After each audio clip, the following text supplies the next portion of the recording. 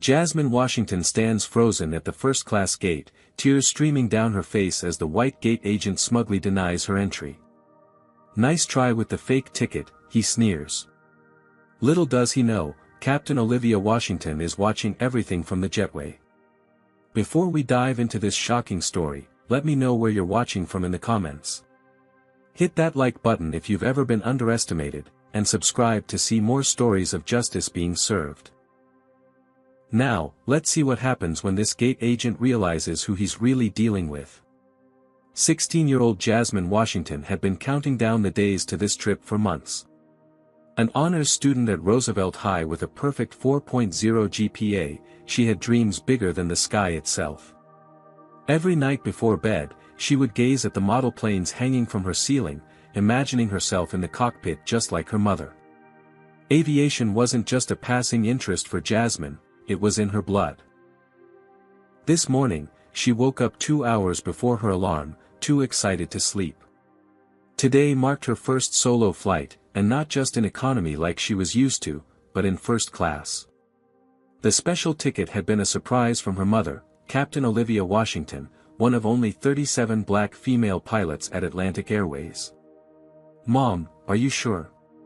Jasmine had asked when she received the envelope containing the ticket last week. "First class is so expensive." Olivia had smiled, her eyes crinkling at the corners. "Baby girl, you deserve this. You're about to visit Westfield Aeronautical University, the same school that gave me my wings. This isn't just any trip, this is your future taking flight." Jasmine ran her fingers over the embossed Atlantic Airways logo on the ticket. She had watched her mother fight for her position for years. Despite having more flight hours and certifications than most of her colleagues, Olivia had been passed over for promotions multiple times. Jasmine had witnessed her mother come home, shoulders heavy with exhaustion after being, randomly, selected for additional evaluations that her white counterparts never seemed to face. Yet Captain Washington never let bitterness overtake her passion for flying. "When you're in the sky," she would tell Jasmine, "the clouds don't care about your skin color. They part for anyone brave enough to soar through them." Their relationship was unusually close for a mother and teenage daughter. Perhaps it was because they only had each other since Jasmine's father passed away from cancer when she was just 7. Or maybe it was because they shared the same dream, the same determination to break barriers in an industry that wasn't designed for people who looked like them. That morning, as Olivia drove Jasmine to the airport in her uniform, they sang along to Beyoncé, their voices filling the car with joy and anticipation. This would be the first time they'd be apart for more than a day since Jasmine was born. Olivia had arranged her flight schedule to pilot the return journey in 3 days, after Jasmine had toured Westfield and met with Professor James Thompson, Olivia's former mentor and the first black department chair at the university. "You'll love Professor Thompson," Olivia said as they pulled up to the departures terminal. "He saw something in me when no one else did. Called me the future of aviation, when others couldn't see past my gender and skin color." Jasmine nodded, suddenly feeling a flutter of nerves. "What if I don't impress him?" Olivia put the car in park and turned to her daughter.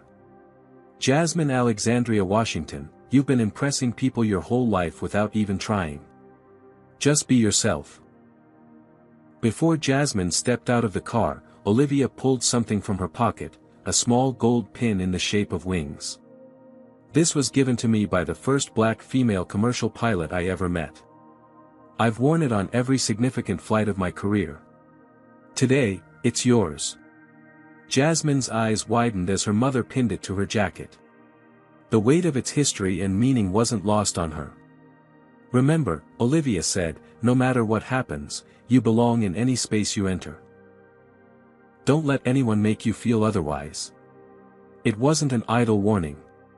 Just last month, they had been shopping at Livingston's, an upscale department store downtown, when a security guard had followed them through every aisle.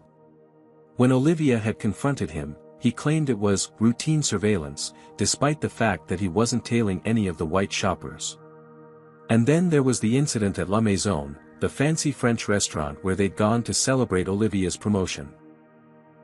The hostess had tried to seat them near the kitchen despite their reservation specifying a window table. When Olivia pointed this out, the hostess had responded with, "I thought you might be more comfortable there," as if proximity to the swinging doors and dish noise was somehow preferable for them. These incidents were nothing new. Jasmine had grown up watching her mother navigate these microaggressions with a grace that seemed superhuman. "It's not about never getting knocked down," Olivia would say. "It's about how you rise." Now, standing at the airport drop-off, Jasmine hugged her mother tightly. "I'll make you proud," she whispered. "You already do," Olivia replied. "Every single day." With her backpack over one shoulder and her small carry-on suitcase in hand, Jasmine walked into the terminal. She breezed through security, the special first-class lane allowing her to skip the longer lines. Even there, she noticed a few double takes from TSA agents as she presented her boarding pass, but she held her head high, remembering her mother's words. By the time she reached the gate area, boarding had already begun. She stopped at a bookstore to grab a copy of Women in Flight, Breaking Barriers in Aviation, a book that featured a chapter on her mother. Then she headed to the first-class boarding line, excitement bubbling up inside her. For once, she wouldn't be squeezed into a middle seat or struggling to find overhead space. Today, she would experience what her mother had worked so hard to provide. The first-class line was short, populated by businessmen in expensive suits and a few well-dressed older women.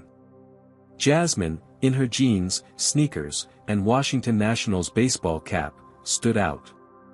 But she didn't care. She was exactly where she was supposed to be, ticket in hand, ready for her journey to begin. With a confident stride, she approached the gate, unaware that her dream ticket was about to become a nightmare. Bradley Reynolds had been working as a gate agent for Atlantic Airways for 20 years. At 52, he prided himself on his ability to spot trouble before it happened. He called it his sixth sense, that intuitive feeling when something wasn't right. In truth, his instincts were less about genuine insight and more about deeply ingrained biases he refused to acknowledge. When Bradley saw Jasmine approaching the first-class line, alarm bells immediately rang in his head. A black teenager in casual clothes with a first-class ticket? Something had to be wrong. In his 2 decades of service, he had developed certain expectations about who belonged in the premium cabin, and Jasmine didn't fit the profile he had constructed in his mind. "Boarding pass, please," he said, his tone already laced with suspicion as Jasmine handed over her ticket with a smile. Bradley studied the boarding pass with exaggerated scrutiny, turning it over in his hands as if expecting to find evidence of forgery. His eyes narrowed as he looked from the pass to Jasmine and back again. "This is a first-class ticket," he stated flatly. "Yes, sir," Jasmine replied, her excitement momentarily dampened by his tone. "My mom got it for me." "Your mom," Bradley repeated, doubt evident in his voice. "And how exactly did your mom afford a first-class ticket?" The question hung in the air, loaded with assumptions. The businessman behind Jasmine shifted uncomfortably, while an older woman a few places back in line raised her eyebrows. A few passengers had started to take notice of the exchange, their curious glances adding to Jasmine's growing discomfort. "She's a pilot for Atlantic Airways," Jasmine explained, her voice steady despite the nervous flutter in her stomach. "Captain Olivia Washington." Bradley snorted, not even attempting to hide his disbelief. "Right. And I'm the CEO." He tapped something into his computer terminal. "There's no Captain Washington flying this route today." "She's not flying this plane," Jasmine clarified, her cheeks beginning to burn. "She's a captain for Atlantic, but she's flying a different route. She gave me her employee family benefit ticket." Bradley's expression hardened. "Look, young lady, I've been doing this job since before you were born. I know every pilot on this route, and I know what an employee benefit ticket looks like. This isn't it." By now, several passengers had stopped to watch the interaction. Someone had taken out their phone and was recording. Jasmine's heart hammered against her ribs as she felt the weight of their stares. I'm telling the truth, she insisted, her voice cracking slightly. My mom is Captain Olivia Washington.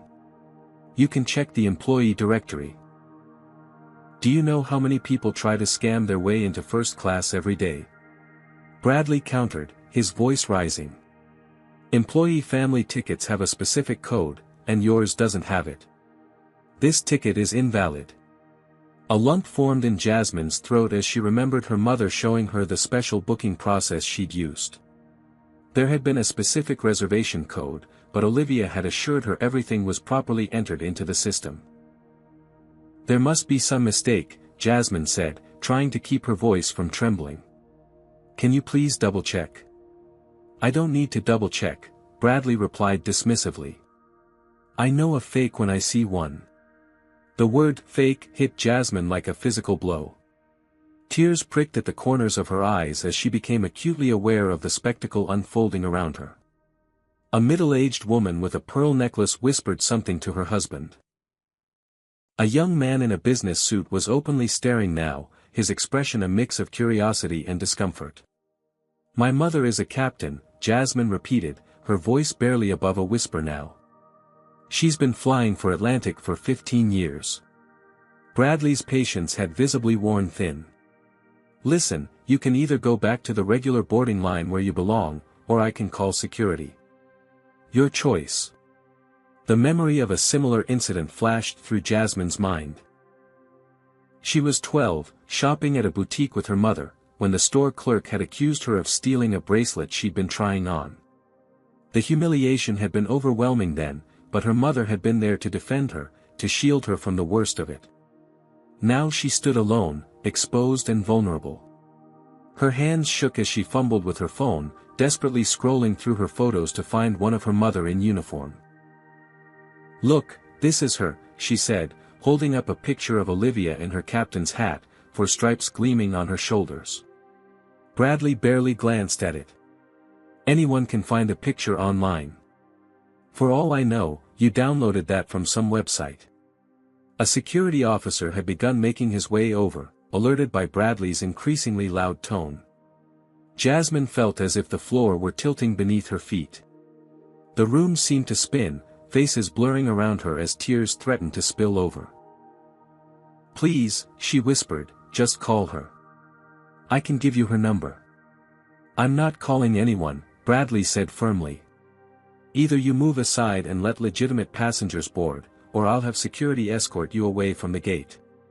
The security officer, a tall man with a buzz cut and impassive expression, now stood directly behind Bradley. Is there a problem here? He asked, his hand resting casually on his belt. Jasmine's chest tightened. This couldn't be happening. Not today. Not when everything was supposed to be perfect. With trembling fingers, she opened her messaging app and typed a desperate text to her mother, Mom, they won't let me on the plane.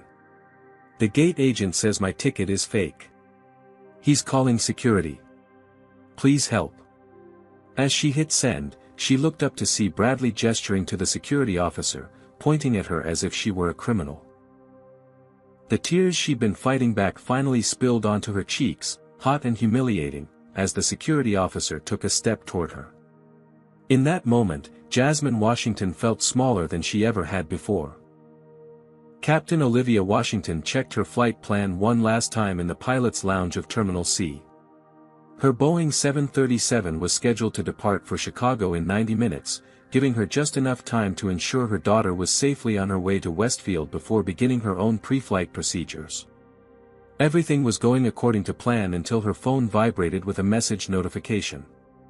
The text from Jasmine made her blood run cold. Olivia immediately tried calling her daughter, but the call went straight to voicemail. Without hesitation, she grabbed her cap and flight bag, informed her first officer she had an emergency, and rushed out of the lounge. Terminal A was on the opposite side of the airport from where Olivia was stationed. She moved as quickly as she could through the crowded corridors, her captain's uniform usually commanding respect and clear passage. Today, however, it seemed to make her invisible in all the wrong ways. Excuse me, I need to get through, she said to a group of airport staff blocking her path near a service elevator.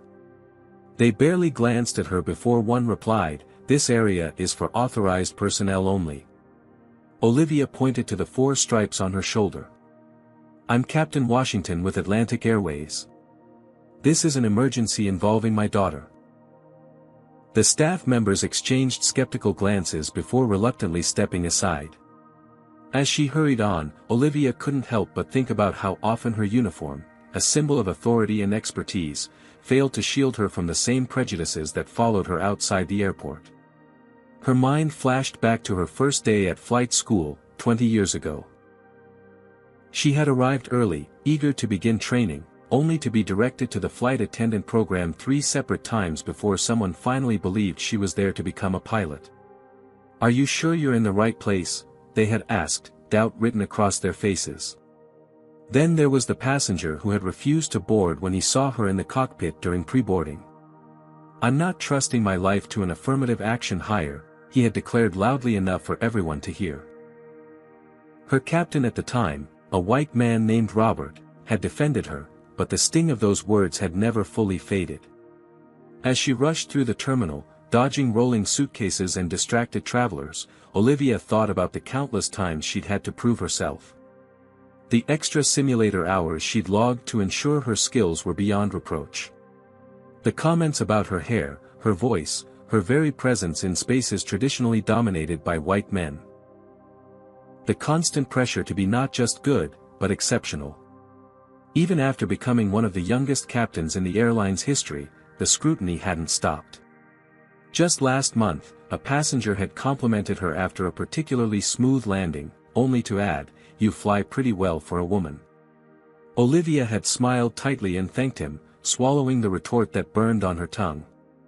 What message do you think these experiences send to aspiring black pilots? Comment number 1 if you think Captain Washington should have spoken up more directly to these microaggressions, or number 2 if you believe her focus on excellence was the right approach. Don't forget to hit that like button if you admire her determination, and subscribe to see more stories of resilience in the face of discrimination. How many more barriers will Olivia need to break before she's truly respected? Let's continue to find out. Now, as she raced to reach her daughter, all those experiences fueled her determination. Jasmine would not face this alone. Not today. Not ever. Olivia had always known her daughter would encounter discrimination, it was an unavoidable reality of their existence, but she had hoped to shield her from the worst of it for as long as possible. She had taught Jasmine to hold her head high, to know her worth, to understand that others' prejudice was a reflection of their limitations, not hers. But no amount of preparation could fully armor a 16-year-old against the kind of public humiliation Jasmine was likely experiencing right now. When she finally reached Terminal A, Olivia was out of breath but focused. She scanned the crowd at Gate A23, quickly spotting her daughter standing at the first-class boarding lane. The sight made her heart clench. Jasmine's shoulders were hunched, her head bowed, tears evident even from a distance. A security officer hovered nearby, and the gate agent, a middle-aged white man with thinning hair and a self-important expression, was gesturing emphatically. As Olivia approached, she caught fragments of the conversation. The gate agent was speaking loudly enough for nearby passengers to hear. "Can't just show up with a fake ticket and expect, I've told you, my mom is a captain for this airline," Jasmine was saying, her voice small but insistent. "And I've told you that I'm not buying it," the agent replied, his tone dripping with condescension.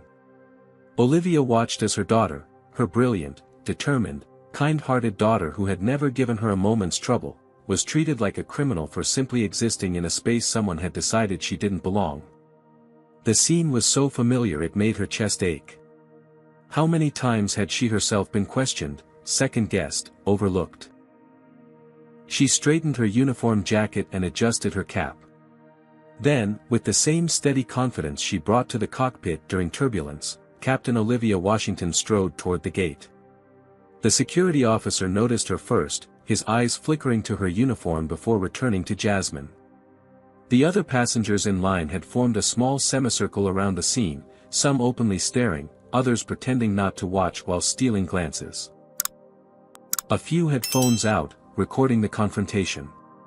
Jasmine hadn't seen her yet, still fumbling with her phone, likely trying to find some proof of her mother's employment.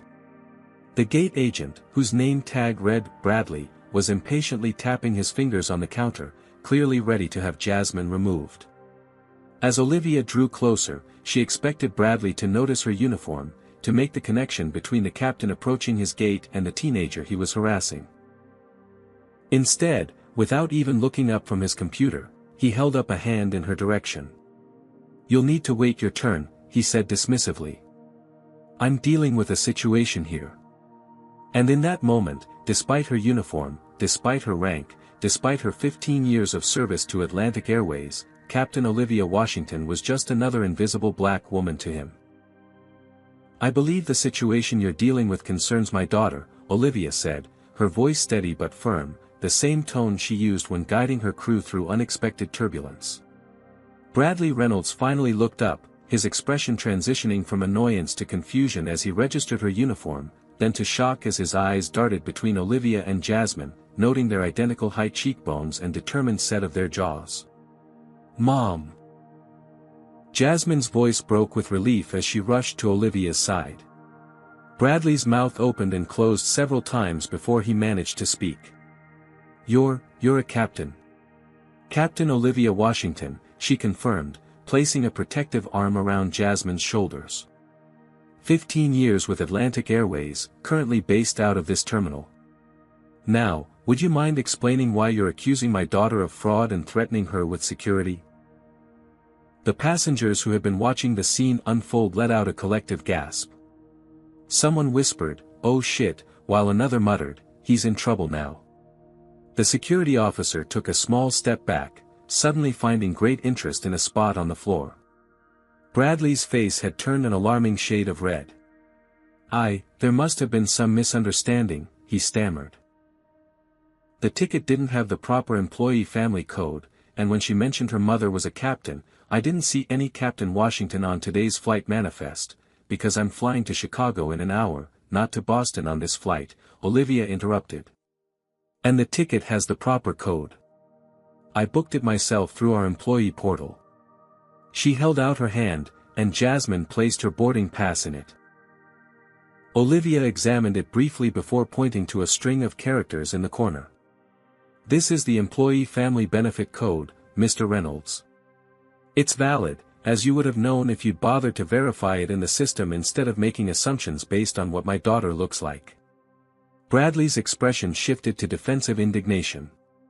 "I was just following protocol. We've had issues with fraudulent tickets recently, and I was." "Were you following protocol when you called my daughter a liar to her face?" Olivia asked, her calm voice belying the anger simmering beneath. "Or when you threatened to have security remove her without making a single phone call to verify her identity? Because I don't recall that being part of Atlantic Airways customer service guidelines."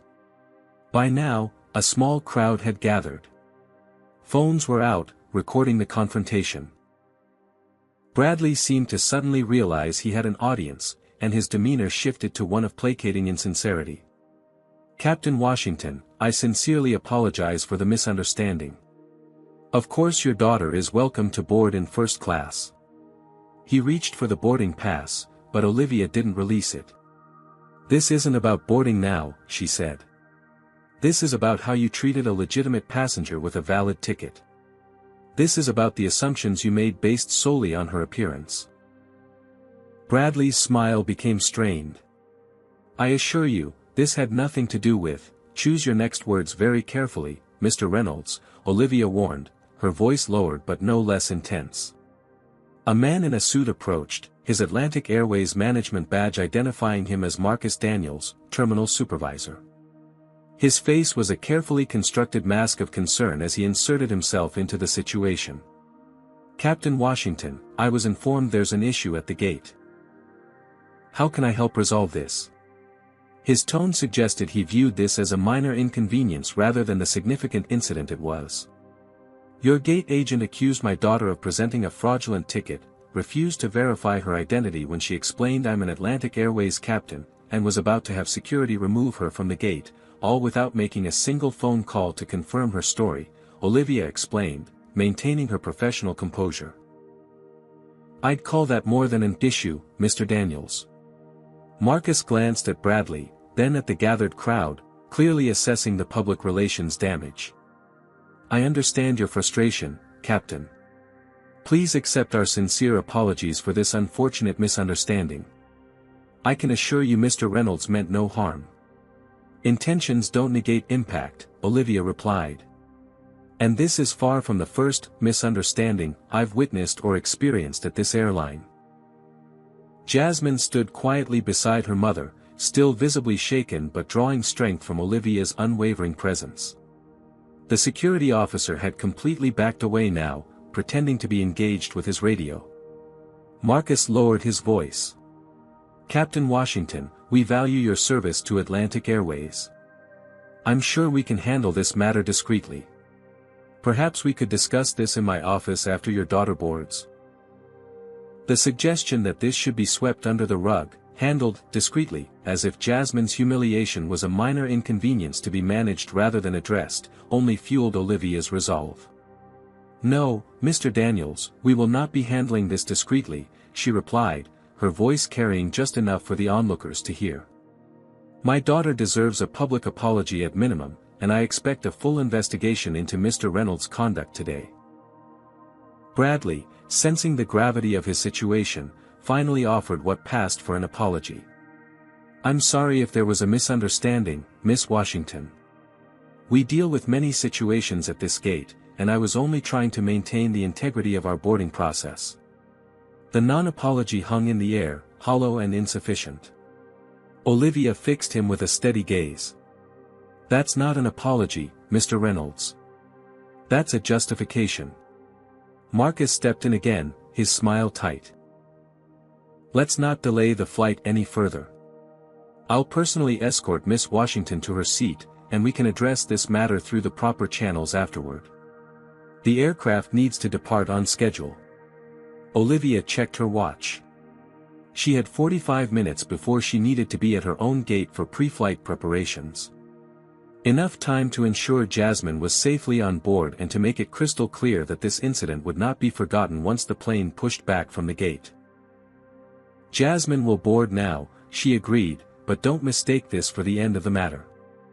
I expect a formal investigation, and I will be following up directly with airline leadership." She turned to her daughter, softening her voice. "Are you okay to fly? I can arrange for you to take a later flight if you'd prefer." Jasmine straightened her shoulders, the Washington family resilience evident in her posture. "I'm okay, Mom. I want to go to Westfield as planned." Olivia nodded, pride mixing with lingering anger. She handed the boarding pass back to her daughter and watched as Marcus personally scanned it, the machine beeping its approval with a sound that seemed to underscore the absurdity of the entire situation. Before Jasmine walked down the jetway, Olivia pulled her into a tight embrace. "Remember what I told you," she whispered. "You belong in any space you enter." Jasmine nodded against her shoulder. "I know, Mom. I'll see you in Boston." As her daughter disappeared down the jetway, Captain Washington turned back to Bradley and Marcus, her expression making it clear that while this chapter might be closing, the story was far from over. Zoe Chen had been standing 3 people behind Jasmine in the first-class line when the confrontation began. A social media manager for a tech company, she had an instinct for identifying moments that would resonate online. The second she heard the gate agent questioning the black teenager about her ticket, Zoe's phone was out and recording. "This is going to blow up," she murmured to herself as she captured the tearful girl trying to explain that her mother was a pilot, the dismissive agent calling security, and then, in a twist worthy of a movie, the mother appearing in full captain's uniform to defend her daughter.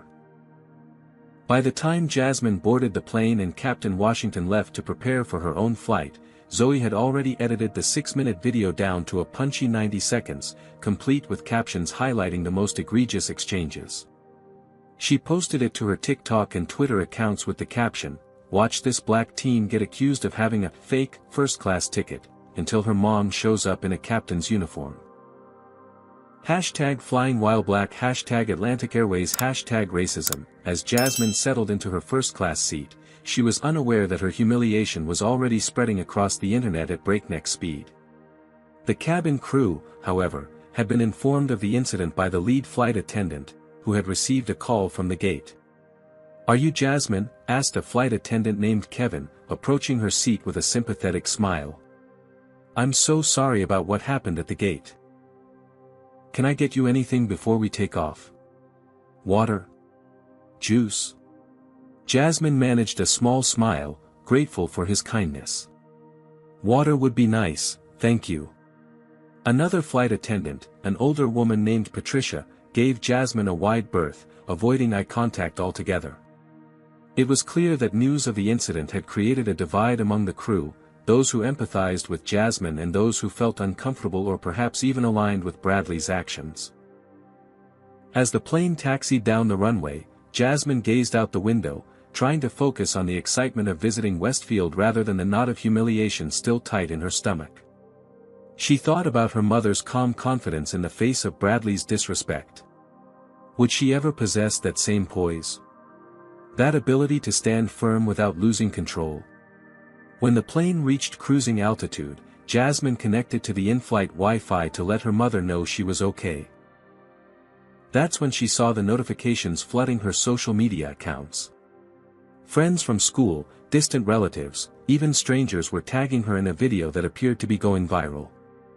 With trembling fingers, she tapped on one of the links and watched the condensed version of her humiliation play out on screen. The footage had been captured from an angle that clearly showed both her distress and Bradley's dismissive attitude.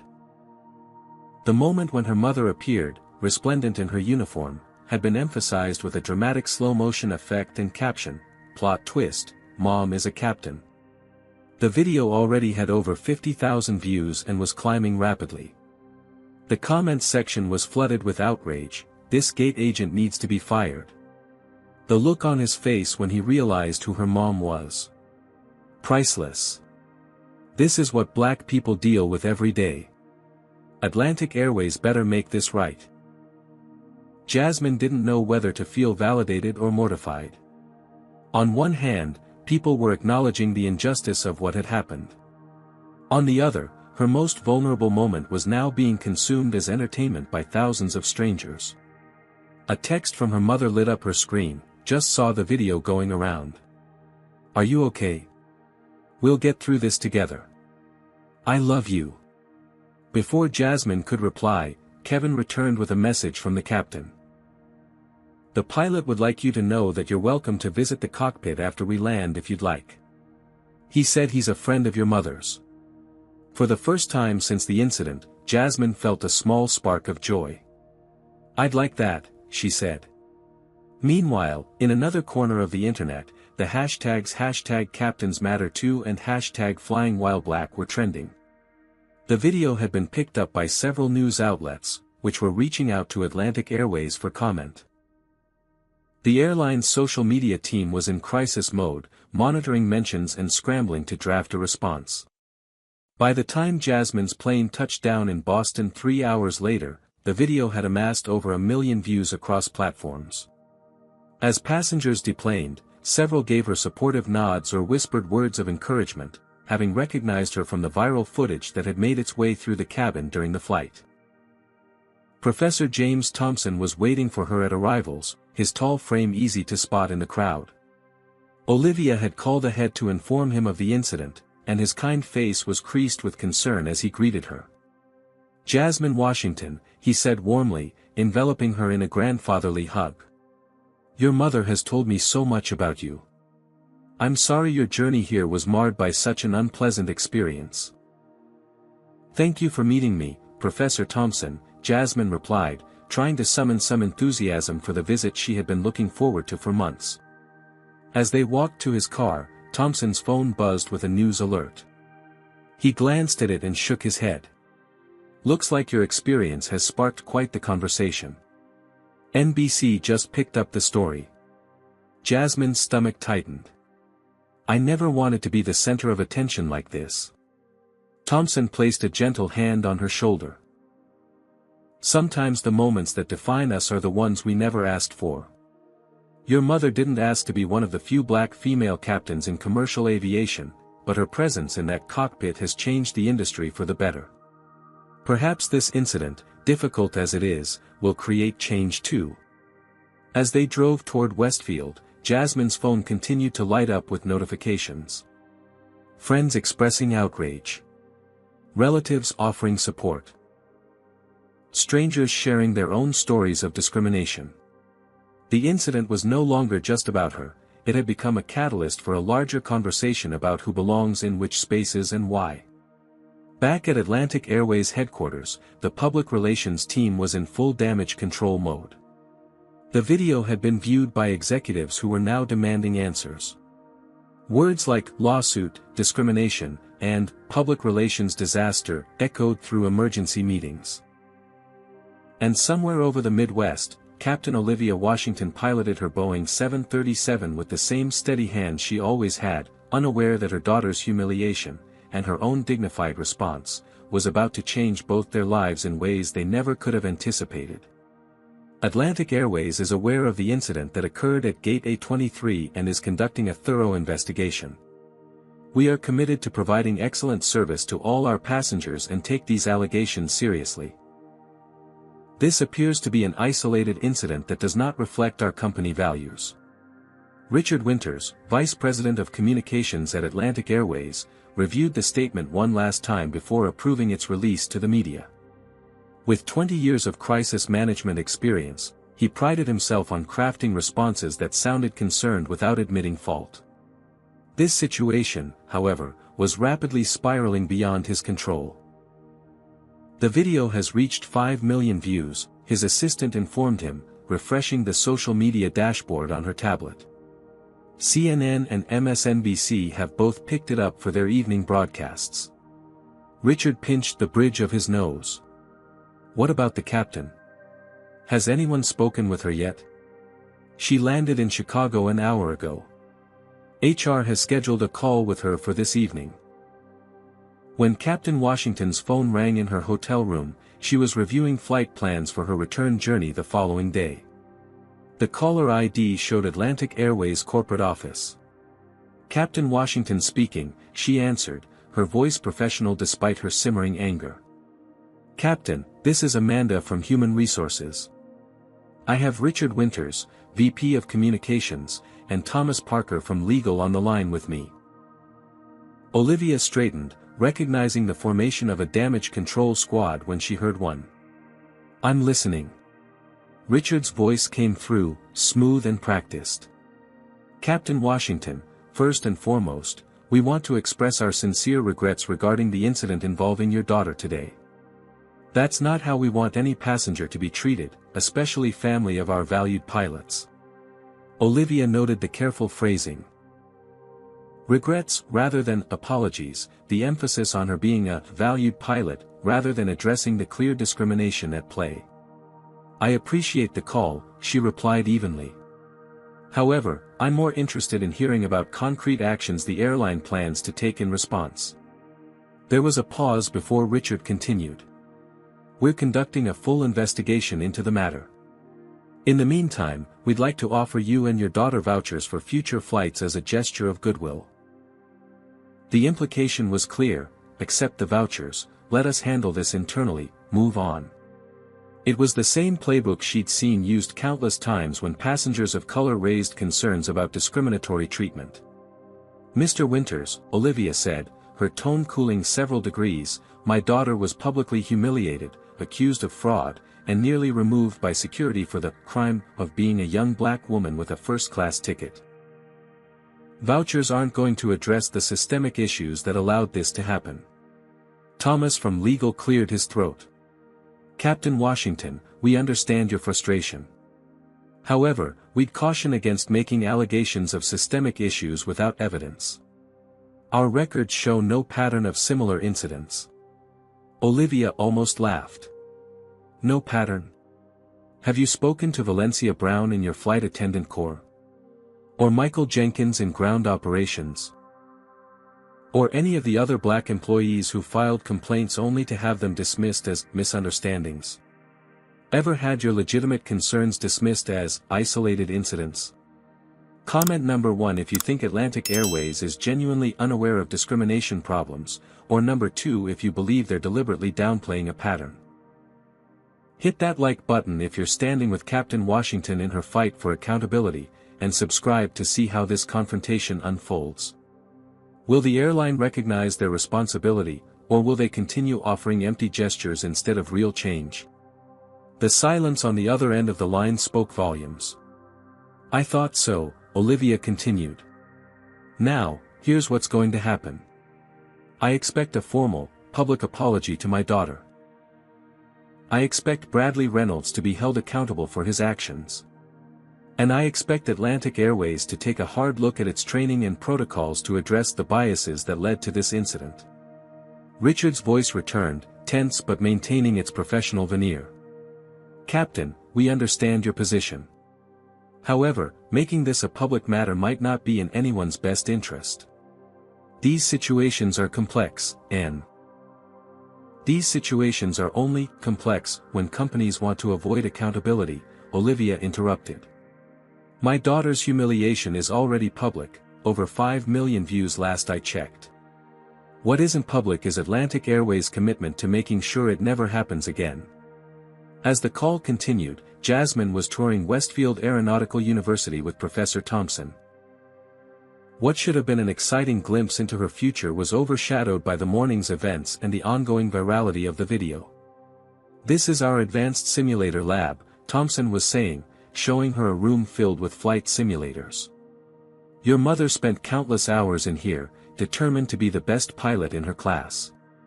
Jasmine nodded, trying to focus. Did people ever question whether she belonged here? Thompson's expression softened. Every day. There were instructors who graded her more harshly, students who refused to partner with her, administrators who suggested she might be more comfortable in a different program. How did she handle it? Jasmine asked, thinking of her mother's composed confrontation with Bradley. She outperformed everyone so dramatically they couldn't ignore her talent, Thompson replied. But it took a toll.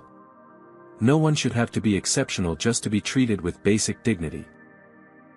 His words resonated with a conversation Olivia had had with Jasmine years ago, when a teacher had suggested Jasmine wasn't really doing her own math homework because her solutions were too advanced. Success doesn't shield you from racism, Olivia had told her then. Sometimes it just changes how it manifests. People will question your achievements, suggest you had advantages rather than overcoming disadvantages. You'll work twice as hard to get half as far, and when you arrive, they'll say you had help. Now, standing in the simulator lab where her mother had trained, Jasmine felt the weight of that legacy, the pressure to be exceptional, the additional burden of representing not just herself but everyone who looked like her. Her phone buzzed with a text from her mother, just got off a call with airline execs. They offered flight vouchers as compensation. I declined. This isn't about free tickets. It's about dignity and respect. How are you holding up? As Jasmine typed her reply, her social media notifications continued to explode. The Black Pilots Association had shared the video, adding context about the dismal statistics regarding black pilots in commercial aviation. Less than 3% of all commercial pilots were black, and less than 1% were black women. Meanwhile, Valencia Brown, a senior flight attendant who had worked with Olivia for years, was organizing a response among the airline's black employees. Text messages and emails circulated, collecting testimonials about similar experiences. The incident with Jasmine had become a catalyst, bringing to the surface years of accumulated grievances and unchallenged biases. Back in her hotel room, Olivia reviewed these messages with a mix of validation and sadness. The stories were all too familiar: black flight attendants being mistaken for cleaning staff, black pilots being questioned by passengers about their qualifications, black ground crew facing random security checks at rates far higher than their white counterparts. She had a choice to make. She could accept the airline's attempts to minimize the situation, take their vouchers, and move on. It would be easier, certainly. Less risky for her career. Or she could use this moment. Painful as it was for Jasmine, to push for the kind of systemic change that might ensure other black travelers wouldn't face the same humiliation. As she pondered her next move, her phone lit up with a notification. Bradley Reynolds and Marcus Daniels had been placed on administrative leave pending investigation. It was a start, but nowhere near enough. Captain Olivia Washington made her decision. This wouldn't be swept under the rug with vouchers and vague promises. Not this time. The conference room on the 15th floor of Atlantic Airways headquarters fell silent as Captain Olivia Washington spread printouts across the mahogany table. Each page contained screenshots of texts, emails, and social media posts documenting incidents of discrimination experienced by black employees and passengers of the airline. "This is not an isolated incident," Olivia stated, her voice measured but firm. "This is a pattern that has been ignored for far too long." Seated across from her were CEO Trevor Phillips, Richard Winters from Communications, Amanda from HR, and 3 members of the board of directors. The emergency meeting had been called after Olivia had emailed a detailed report to senior leadership, along with a clear message: address these issues substantively, or she would go public with everything. Trevor Phillips leaned forward, his expression guarded. "Captain Washington, we appreciate you bringing these concerns to our attention. But I'm troubled by what appears to be an ultimatum." "I prefer to think of it as an opportunity," Olivia replied. "An opportunity for Atlantic Airways to lead the industry in addressing the biases that affect both employees and passengers of color." Richard Winters, ever the PR strategist, interjected. "We've already placed the gate agent and supervisor on administrative leave. We've issued a public statement expressing regret about your daughter's experience. What more are you looking for?" Olivia met his gaze steadily. "Administrative leave is not accountability. A statement expressing regret is not a commitment to change. I'm looking for meaningful action that addresses the root causes, not just the symptoms." She outlined her demands. Mandatory anti-bias training for all customer-facing staff, revisions to security protocols to prevent racial profiling, establishment of a diversity and inclusion task force with actual decision-making power, and clear consequences for employees who engaged in discriminatory behavior. Additionally, she continued, "I want a formal, unequivocal apology to my daughter, not for a misunderstanding, but for the discrimination she experienced." One of the board members, an older white man named George Hoffman, shook his head. "Captain Washington, while we respect your service to this airline, these demands seem excessive for what was essentially a customer service hiccup." Before Olivia could respond, the conference room door opened. Captain James Thompson, Olivia's mentor and now a senior training captain, entered, followed by Valencia Brown, the senior flight attendant who had been collecting testimonials from other black employees. "Sorry we're late," Thompson said, taking a seat beside Olivia. "Traffic was terrible." Trevor Phillips frowned. "I wasn't aware this meeting included additional participants." "I invited them," Olivia explained. "Captain Thompson has been with this airline for 30 years and has witnessed the evolution, or lack thereof, of our approach to diversity.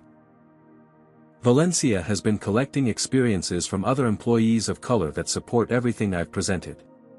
Valencia placed a thick folder on the table. 173 incidents documented over the past 5 years, all reported through proper channels, all either dismissed or addressed with additional training that never materialized. The room fell silent again as the executives exchanged uneasy glances. Meanwhile, Jasmine was finding her voice in her own way. During her scheduled presentation to Westfield's Aeronautical Engineering Department, she decided to address the incident head-on. "My original presentation was going to focus on the aerodynamic innovations I've been researching," she began, addressing the room of professors and students.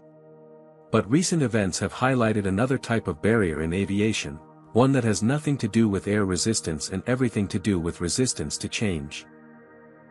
She recounted her experience at the gate, speaking with a poise that belied her 16 years. "What happened to me wasn't about a ticket code or a security protocol. It was about who gets to occupy certain spaces without having their presence questioned. As Jasmine spoke, video of her presentation was being live-streamed on Westfield's social media channels, adding fuel to the already blazing online conversation about the incident. Back at Atlantic Airways headquarters, the meeting had evolved into a tense negotiation. CEO Trevor Phillips, while initially defensive, was beginning to recognize the potential damage to the airline's reputation if they didn't address the situation properly. "What exactly are you proposing, Captain Washington?" he asked finally.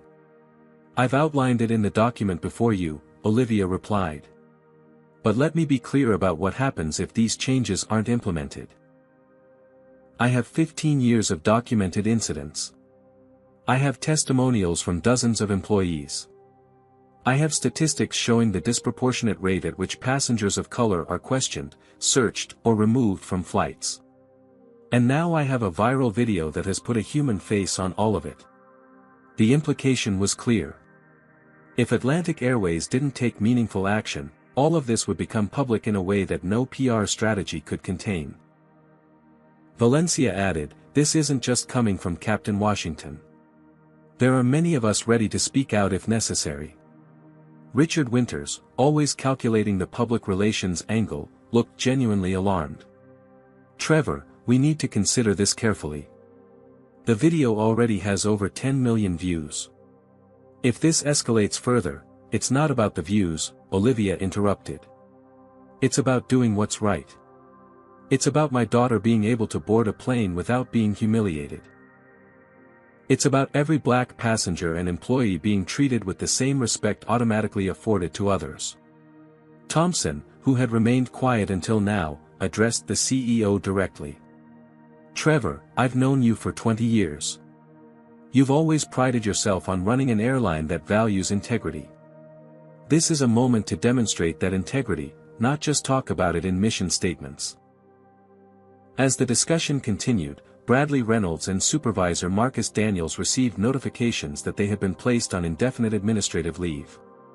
The initial internal investigation had revealed that Bradley had indeed bypassed standard verification procedures when questioning Jasmine's ticket, procedures that would have immediately confirmed its validity. Online, the conversation was evolving. What had started as outrage over one teen's treatment had expanded into a broader examination of discrimination in air travel. Journalists were digging into statistics, finding that passengers of color were significantly more likely to be questioned about their tickets, selected for additional screening, or removed from flights for minor infractions. The pressure on Atlantic Airways was mounting from all sides. Other airlines were taking notice too, quietly reviewing their own policies to avoid becoming the next viral example of discrimination in the industry. By the end of the 4-hour meeting, CEO Trevor Phillips had reluctantly agreed to consider Olivia's proposals. It wasn't the immediate commitment she had hoped for, but it was a start. The real test would come in the days ahead, as the company either demonstrated genuine willingness to change or revealed that this was just another exercise in damage control. As Olivia left the meeting, her phone buzzed with a text from Jasmine, "Just finished my presentation. Talked about what happened. Standing ovation. Professor Thompson says I'm definitely Westfield material." Despite the weight of the day, Olivia smiled. Her daughter was finding her strength in the midst of adversity.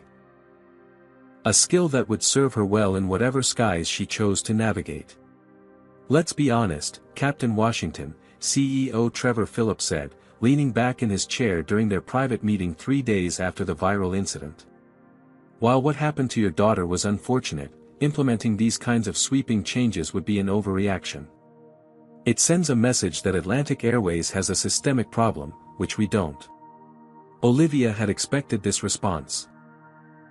After 20 years in aviation, she recognized the instinctive corporate defense mechanism: deny, deflect, diminish. She'd seen it countless times, from the earliest days of her career when her flight instructor had dismissed her concerns about gendered language in training materials, to just last year when a first officer had made racially charged jokes in the cockpit and been let off with a warning. "With respect, Mr.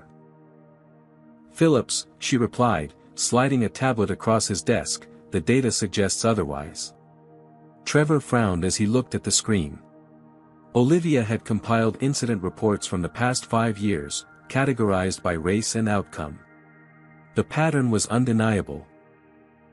Passengers of color were 6 times more likely to be questioned about their tickets, 8 times more likely to be selected for additional screening, and nearly 10 times more likely to be removed from flights for disruptive behavior that, when exhibited by white passengers, was often overlooked.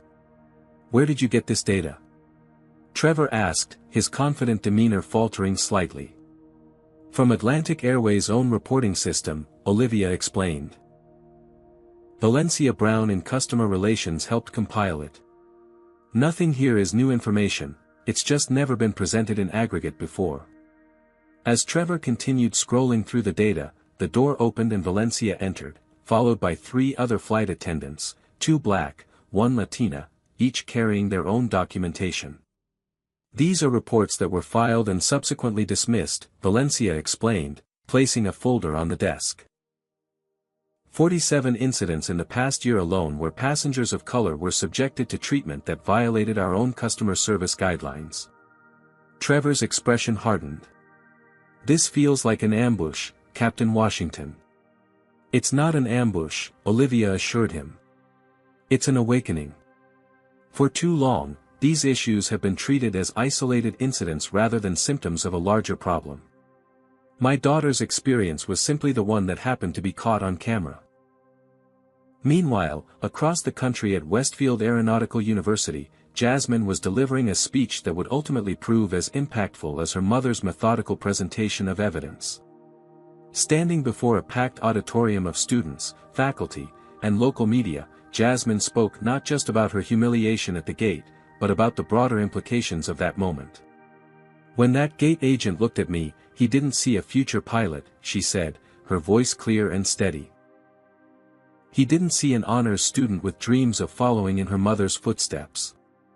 He saw only the color of my skin and decided I didn't belong in first class." The audience was silent, captivated by the poised young woman whose story had resonated with millions online. "But this isn't just about one bad day at the airport," Jasmine continued. "It's about who gets the benefit of the doubt in our society. It's about the extra burden carried by people of color who must constantly prove they belong in spaces others enter without question." Her words were being live-streamed, and clips were already circulating on social media, adding a powerful new dimension to the ongoing conversation. If Olivia's approach was statistical and methodical, Jasmine's was emotional and deeply human.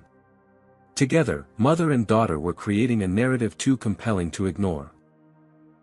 Back in Trevor's office, the CEO was beginning to realize the full scope of what he was facing. This wasn't going away with a carefully worded statement or a token gesture. The evidence before him, combined with the viral video and Jasmine's emerging role as an eloquent spokesperson for change, presented both a crisis and an opportunity. "What do you want, Captain Washington?" he asked finally, setting the tablet aside. "Really want, beyond the list of demands you've presented?" Olivia considered the question carefully. "I want my daughter to live in a world where her achievements matter more than her appearance. I want her to be able to walk through an airport, or any public space, without having to prove she belongs there. And I want Atlantic Airways to be part of creating that world, not standing in its way." Trevor nodded slowly, something shifting in his expression. "Tell me more about these training programs you're proposing." As they delved into the details, passengers from other incidents began coming forward, inspired by Jasmine's courage. A black executive who had been asked to move from first class because a white passenger didn't feel comfortable. A Middle Eastern family removed from a flight when another passenger reported them for suspicious conversation that turned out to be a discussion about dinner plans. An elderly Asian couple relegated to the back of the plane despite having paid for premium seats. Each story added to the mounting evidence that what had happened to Jasmine was not an anomaly but part of a pattern that had been normalized for too long. The airline's internal investigation, initially focused narrowly on Bradley Reynolds and Marcus Daniels, had expanded to examine procedural failures and training gaps that had allowed discriminatory practices to go unchecked. What they found was troubling. implicit bias pervaded many aspects of customer service protocols, from how suspicious behavior was defined to which passengers were flagged for additional verification. By the end of the week, Trevor Phillips found himself in the unusual position of being educated by the very employees he had previously dismissed.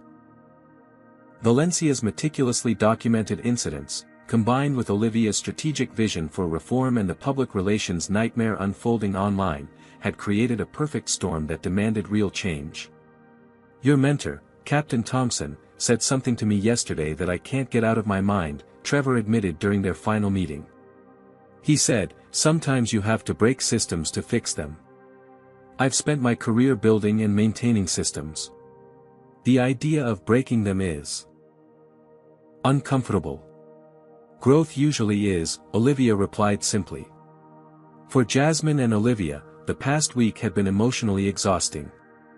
Despite the supportive messages flooding their inboxes, reliving the humiliation through endless news cycles and social media discussions had taken its toll. Yet with each retelling, each interview, each presentation of evidence, their resolve had only strengthened. They weren't just fighting for themselves anymore. They had become the faces of a movement demanding that the skies, and all public spaces, be equally accessible to everyone, regardless of race.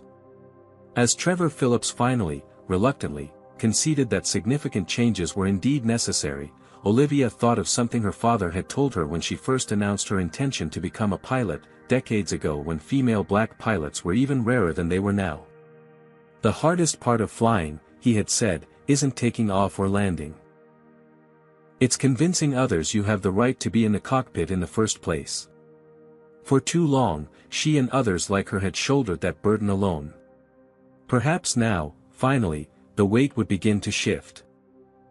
6 months after the incident that sparked a nationwide conversation about racial bias in air travel, Jasmine Washington strode confidently through Terminal A of the same airport where she had once stood in tears. She was no longer the shaken teenager who had been publicly humiliated. Today, she walked with purpose, her head held high, wearing the gold wing pin her mother had given her that fateful morning. The first-class check-in agent. A young black woman named Destiny, who had been hired as part of Atlantic Airways' expanded diversity initiative, greeted her with a genuine smile. "Good morning, Ms. Washington. Boston again today?" "Yes," Jasmine replied, returning the smile. "Visiting Westfield for my pilot training orientation." "Congratulations," Destiny said, processing her boarding pass. "You're all set. Have a wonderful flight." No questions about how she could afford first class. No suspicion about the legitimacy of her ticket. Just the respect and courtesy that should have been afforded to her from the beginning. As Jasmine made her way to the security checkpoint, she noticed other changes too. New signage outlined passengers' rights in clear, accessible language. QR codes invited travelers to report any concerns directly to the airline's newly established Office of Passenger Advocacy. Security personnel were more diverse, their interactions with travelers noticeably more consistent regardless of race or appearance. These were the visible manifestations of the transformation that had begun with her humiliation 6 months ago. Behind the scenes, the changes were even more substantial. Bradley Reynolds had been terminated after a comprehensive review revealed a pattern of discriminatory behavior that extended far beyond his interaction with Jasmine. Marcus Daniels, the supervisor who had attempted to sweep the incident under the rug, had been demoted and required to complete extensive retraining before returning to a customer-facing role. More significantly, Atlantic Airways had established a Diversity and Inclusion Council with actual decision-making authority, led by none other than Captain Olivia Washington. The council had already implemented mandatory anti-bias training for all employees, revised security protocols to prevent racial profiling, and created accountability systems that tracked and addressed discriminatory incidents. "Mom says the hardest part was getting people to acknowledge there was a problem in the first place," Jasmine explained to Professor Thompson as they walked across Westfield's campus later that day. Once they admitted that, the solutions weren't actually that complicated. Thompson nodded, his expression thoughtful. "That's often the case with systemic issues. The technical fixes, training programs, policy revisions, accountability measures, those are straightforward. It's the cultural resistance that's difficult to overcome. Jasmine had experienced that resistance firsthand in the weeks following the incident. Even as support poured in, so did backlash. Online trolls had questioned her story, suggested she had somehow provoked the gate agent, or accused her and her mother of playing the race card for attention. Some airline employees had initially resisted the new training requirements, insisting they didn't see color, and therefore didn't need anti-bias education. But the evidence had been too compelling to ignore. The viral video, combined with the mountain of data Olivia and Valencia had compiled, had made it impossible to dismiss what happened as an isolated incident. And as other airlines watched the situation unfold, many had quietly begun examining their own practices, implementing similar changes to avoid becoming the next cautionary tale. For Olivia, the past 6 months had been a whirlwind of activity. In addition to her regular flights, she had taken on the leadership of the Diversity Council, worked with training departments to develop new materials, and consulted with other airlines looking to implement similar reforms. It was exhausting but deeply satisfying work, the kind of systemic change she had been advocating for throughout her career. "Sometimes I think about sending Bradley a thank you note," she joked during a video call with Jasmine the night before. "Without his blatant discrimination, we might still be fighting the subtle kind that's easier to deny." Jasmine laughed, but there was truth in her mother's words. The overtness of Bradley's behavior, captured on video for millions to see, had made it impossible to dismiss or minimize. It had provided the catalyst needed for change that was long overdue. Now, as Jasmine prepared to begin the pilot training program during her school breaks, a special arrangement Westfield had created specifically for her, she reflected on how her worst day had ultimately set her on an accelerated path toward her dreams. The following weekend, Olivia arranged for Jasmine to join her in the cockpit during pre-flight checks on a Boston to Chicago route. As mother and daughter sat side by side in the pilot and co-pilot seats, surrounded by instruments and controls, Olivia felt a swell of emotion. "When I was your age," she said, adjusting the captain's hat that temporarily dwarfed Jasmine's head, "I never saw anyone who looked like me in this seat. Not in real life, not in movies, not in advertisements. I had to imagine myself here without any evidence it was possible." Jasmine ran her fingers over the control panel, familiarizing herself with the layout she had studied so often in books and simulators. "I never had that problem," she said softly. "I always had you." The significance of that simple statement wasn't lost on Olivia. Representation mattered. Visibility mattered. Her presence in the cockpit had made it possible for her daughter to envision herself there too, without having to overcome the additional barrier of believing it was impossible for someone who looked like her. But it went beyond just the two of them. Since the incident, Olivia had received hundreds of messages from young black girls interested in aviation careers. Jasmine had been invited to speak at schools across the country, inspiring students who saw in her story both the reality of discrimination and the possibility of overcoming it. They were changing perceptions one conversation at a time. As they completed the pre-flight checks, Olivia noticed her daughter touching the gold wing pin she still wore every day. "That pin has quite a journey now," Olivia observed. Jasmine nodded. "It reminds me that belonging isn't about permission from others. It's about knowing your own worth." Later that day, as Jasmine walked through O'Hare International Airport wearing her mother's pilot pin, she noticed something remarkable. Gate agents and passengers alike acknowledged her with genuine respect, not because they recognized her from the viral video, but because the culture was slowly shifting. The space she occupied was no longer questioned as automatically as it once had been. Small changes, perhaps, but meaningful ones.